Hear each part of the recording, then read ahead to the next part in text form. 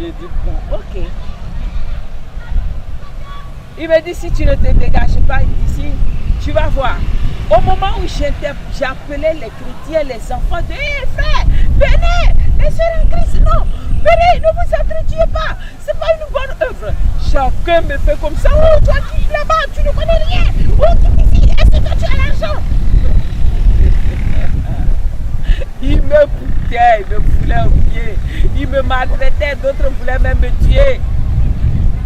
Alors, la montagne m'a dit, tu vas voir, moi j'ai des armements, je vais te faire tomber, toi aussi.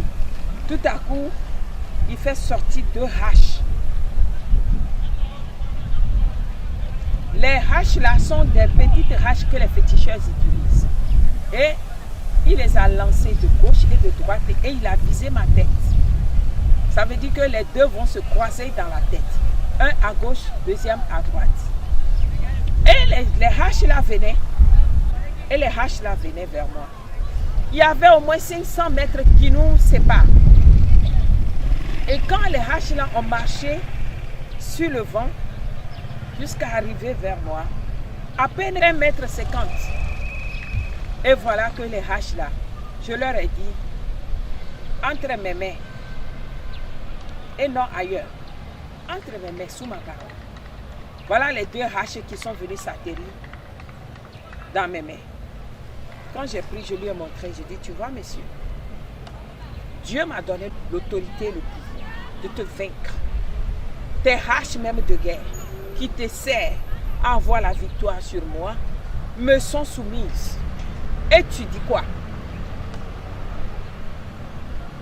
Il dit, tu vas voir. Au moment où il me prononce, tu vas voir là. J'ai relancé les 2 haches dans la même direction vers lui. Les 2 sont partis se croiser dans sa tête là-bas. Puisqu'il a la tête humaine sur une montagne, pyramide, les pouvoirs là viennent d'où? Les fétiches, Aga et ses descendants, les Ismaélites là, ils viennent d'où? Donc, quand les 2 haches se sont croisées dans sa tête, le sang est éclambouché, ça commence à couler.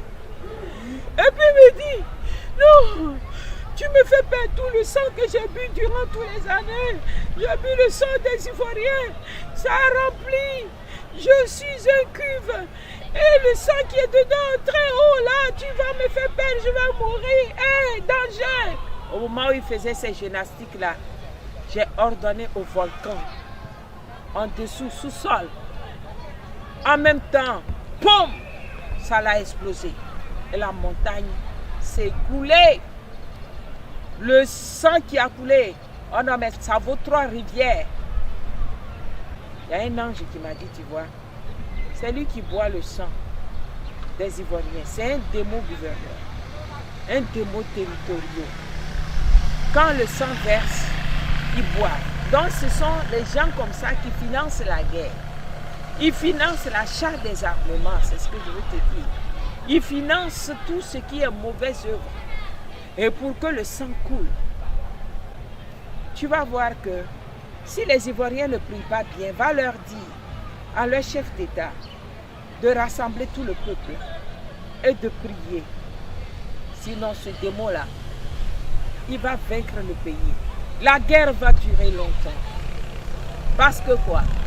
Parce que déjà, le sang des héros de guerre, ceux qu'on appelle les héros de guerre, les gens comme Naaman le lépreux, comme David, le serviteur de Dieu ancien, comme Josué, sacrificateur, Gédéon, Samson, voilà les guerriers de guerre. La Côte d'Ivoire, au temps de la transition, avant que l'ex-gouverneur en aille au pouvoir, il y avait eu par là les malcompréhensions, les mésententes. Les Marcellins Yassé, ils sont tombés. Les Gay Robert, lui, faisait la transition. Il est tombé dans le sang. Plusieurs autorités sont tombées dans le sang. Et ce sang-là crie à l'Éternel. La guerre a démarré parce qu'ils ont dit ces faux prophéties. Ils n'ont pas prié. Ok. Quand la guerre a démarré, moi je continue de sonner ma sonnette. Ils n'ont pas voulu arrêter.